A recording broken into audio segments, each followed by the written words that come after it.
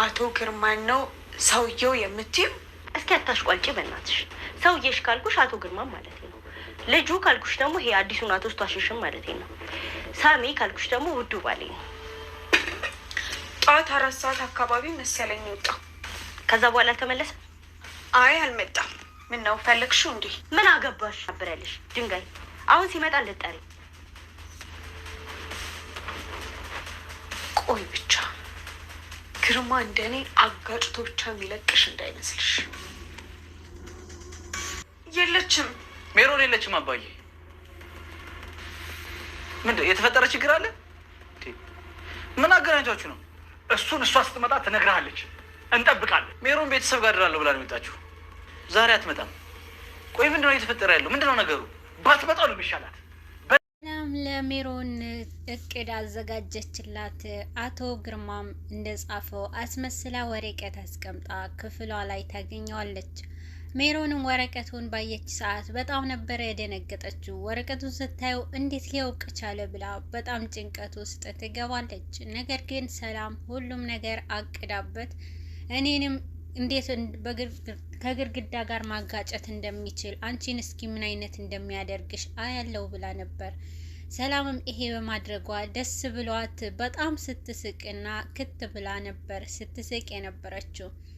ሜሮን ወረቀቱን ካየችው በኋላ በጣም ደንግጣና በጣም ሀሳቧ ሁሉ ተበታትኖባት፣ ነገር ግን ሳሚ ወደ ክፍል ይገባል። በዛን ጊዜ ትደነግጣለች። ምን ብሎ እሱ ምን ሆነሻል እያለ ተረጋጊ እንጂ እያላት ነበር። ሜሮንም ቀስ ብለህ አትገባም እንዴ? ተረጋጋ እንጂ አንኳኩተህ አትገባም እያለች እሱ ላይም ስትጮህ ነበር። በዛ ላይ ወረቀቱም ከእጇ የያዘችውንም ወረቀት ወደ ጎን ስታሸሽበት ነበረ። ሳሚም ይሄ ባየ ሰዓት ዛሬ ደግሞ ወይ ጉድ፣ ዛሬ ደግሞ የመደባበቂያ ቀን ነው እንዴ ይላል። በዛን ሰዓት ሜሮን የእሷ ያላት መስሏት ሁሉም ነገር ላይ እቅድ ታወጣበታለች ድጋሚ። ሳሚም እንደዛ ያለው የነበረው ከሰላም ጋርም ሰላም ክፍሏ ሄዶ በነበረ ጊዜ ወረቀት ጽፋ ያጻፈችውን ወረቀት ስትደብቅ አይተዋት ነበረ። ሜሮንም በሷ እንዲህ ሲያይ ዛሬ የመደባበቂያ ቀን ነው ወይ ይላል። ሜሮን በጣም ግራ ተጋብታና እንዴት ይሄ ነገር ሊያደርግ ይችላል፣ እንዴት ሊያውቀው ቻለ ብላ በሀሳቧ ብሩንም ለመመለስ ትሞክራለች። ሳሚም ወደ መተኛ ክፍሉ ከሄደም በኋላ ሜሮን ወደ ሰላም ታመራለች። ሰላም ጋር መጥታ ኩሽና ሰላምም ታስደነግጣታለች። አንቺ እያለች ጠንከር ያለ ቡና አፍይልኝ ብላ ለሰላም ትነግራታለች። ሰላምም በጣም ደንግጣ እሺ ትላታለች። ደግሞ ያ ሰውዬሽ አለ እንዴ እያለች ስትናገራት ነበረ። ሰላምም ማለት አልገባኝም ያ ሰውዬ ስትላት ያ ሰውዬሽ ነዋ፣ ምን ሌላ ሰውዬ ሊኖር ይችላል እንዴ ብላ ኮስተር ስትል ነበረ። ሰላምም ይህንን ነገር አልጠፋትም መቼም አቶ ግርማን አይደለም ያ ሰውዬ የምትዩ ትላታለች። ታዲያ ከሱ ውጪ ሰውዬ የሆነ ማን አለ? እንደምታዩ ነው ሳሚም የኔ ውድ ባል ነው እያለች ስታቆላምጠውም ነበረ። ሰላምም ነገሩን በሁሉም ራሷም ያደረገችው ነገር ስለሆነ ግራም ምንም እንኳን ትዝ አላላትም። ሜሮንም በቃ እሱ ሲመጣ ትነግሪኛለሽ ብላ ወደ ክፍሏ ተመልሳ ትሄዳለች። ሳሚም ትታው የመጣችው ሰላም በዛን ሳሚም በመጀመሪያ ትታው ወደ ሰላም የሄደችው ጊዜ ራሴን አሞኛል ተይኝ ብሏት ነበረ። እሱንም ለማዳን መድኃኒት ይዛለት ወደ ሳሚ ክፍል ትገባለች። ነገር ግን ሜሮን አንድ እቅድ አቅዳ ነው ከዛ ቤት ማምለጥ እንዳለባት ታስባለች። ወረቀቱንም ካገኘችው በኋላ ይሄ በዚህ ቤት በህይወት መኖር እፈልጋለሁ፣ ከዚህ ቤት ካልወጣው ዛሬ በቃ መሞቻ ቀኔ ነው ብላ ለራሷ ቃል ትገባለች። ሜሮን ወረቀቱ ካገኘችው በኋላ ይህንን ነገር ስጋት ስለያዛት ቶሎ ብላ ከሳሚ ጋር ከቤት መውጣት እንዳለባት ታስባለች። ሳሚም የሚያነቃቃ ነገርና መድኃኒት የሚሆነውን ነገር ሰርታለት ወደ ክፍሉ ትወስዳለች። ነገር ግን ሳሚ ተነስ እያለችው እሱም ተይኝ ልተኛ እያላት በዛን ሰዓት ለምን ተነስ መድኃኒት ይዤልህ መጥቻለሁ ትለዋለች። እሱ ግን ምንም ነገር አልፈልግም መተኛት ብቻ ነው የምፈልገው ይላታል። እሷ ግን በቃ ይሄ ያሽልሃል ተነስ ደግሞ ትለውና በግድ ታስነሳዋለች። መተኛ የፈለከው ራስ ምታት በእንቅልፍ ይወጣል ስለተባለ ነው ወይ እያለች ስትቀልድበትም ነበረ።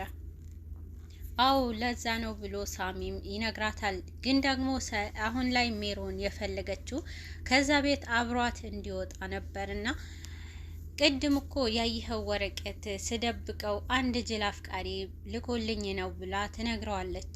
ሳሚ ግን ትዝም አላለውም ነበረ። ስለደበቀችውም ነገር ምንም እንኳን አላስታወሰም።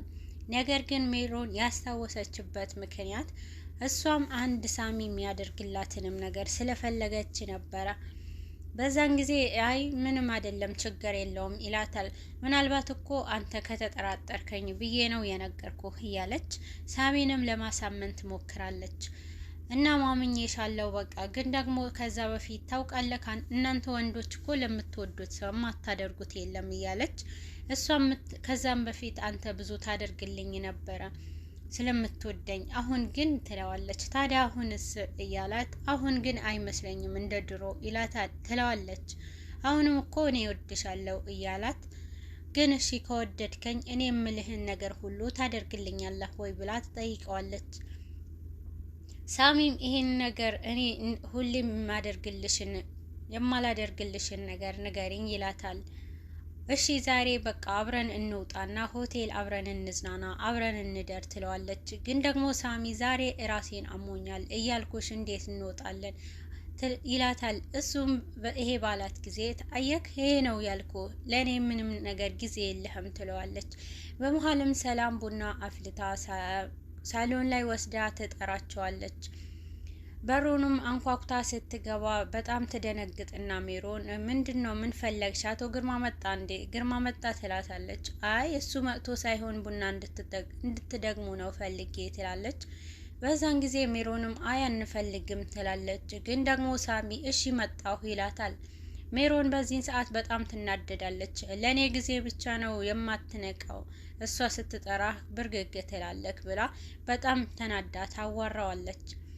አሁን ላይ ሰላም ከምንም በላይ ሜሮንም ለማናደድና ሜሮንም ከምንም በላይ ብስጭት ውስጥ ለማስገባት ቆርጣ ተነስታለች።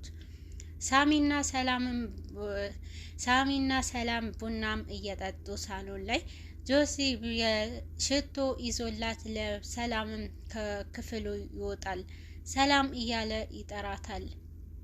እሷም በዛን ጊዜ አቤት እያለችው ነበረና ነይ እያላት ና ችግር የለውም እዚህ እኔና ሳሚ ብቻ ነን ያለነው እያለች አይ ብቻሽን ነው የፈለግኩሽ ይላታል። እሷም በዛን ሰዓት ወደ እሱ ታመራለች። እናም የሰጣትንም ሽቶ እስኪ ይሄንን ሽቶ እዩ እናም ጥራቱን ንገሪኝ እስኪ ደስ ይላል ሽታውን አይተሽ ትነግሪኛለሽ ይላታል። እሷም በዛን ሰዓት ሽቶንም ጠረኑን አሽታ በጣም ደስ የሚል ሽቶ ነው አቤት መዓዛው ትላለች። ጆሲም ይህንን ሽቶ ለሚገባው ሰው ነው የምሰጠው በጣም ለሱ የሚሆነውን ለሚገባው ሰው ብዬ ነው የገዛውት ይላታል። አዎ በቃ ይህንን ሽቶ በጣም ደስ የሚል ነው ይሄ የተገዛለትም ሰው የታደለ ነው ታድሎ ትላለች። በዛን ጊዜ ይሄ ሽቶ ላንቺ ነው ይላታል። በጣም ትደነግጣለች። ሰላምም እንዴት ሊሆን ይችላል ብላ በመሀልም በሁለቱ መሀል ሌላ ነገር ሊፈጠር ሲል ሳሚም ያቋርጣቸውና አላችሁ እንዴ ይላቸዋል። በመሀልም አዎ አለን እያለ ጆሲም አዎ አለን ብሎ ወደ ሳሚ ይሄዳል። አንድ ጓደኛ የአንድ ስጦታ የምሰጠው ሰው ሽቶ ነበርና እሱ እንድታይልኝ ፈልጌ እኮ ነው ይሄንን የጠራኋት ብሎ ይነግረዋል። ሳሚም አሁን ላይ በጣም እየቀናና ሰላምን ባናገራት ሰው ላይ ውስጡንም ስሜት ዝም ብሎ ባይናገርም ግን ደግሞ እሷ ከሌላ ሰው ጋር ስትሆን ቅናት ቢጤ ይዘዋል። ሜሮንም ወረቀቱን ካነበበች በኋላ ብሩን መመለስ እንዳለባት አስባ ወረቀቱ የጻፈውንም እሱ ነው ብላ ሰላም ለጻፈችው ወረቀት አቶ ግርማ ክፍል ብር ለማስቀመጥ ትሞክራለች። በዛን ጊዜ ሰላምም እየተከታተለቻት ብሩንም ስታስቀምጥ ሰላም ደግሞ ተቃራኒ ወረቀት ደብዳቤ ጽፋ ቀይራ ታስቀምጥላታለች።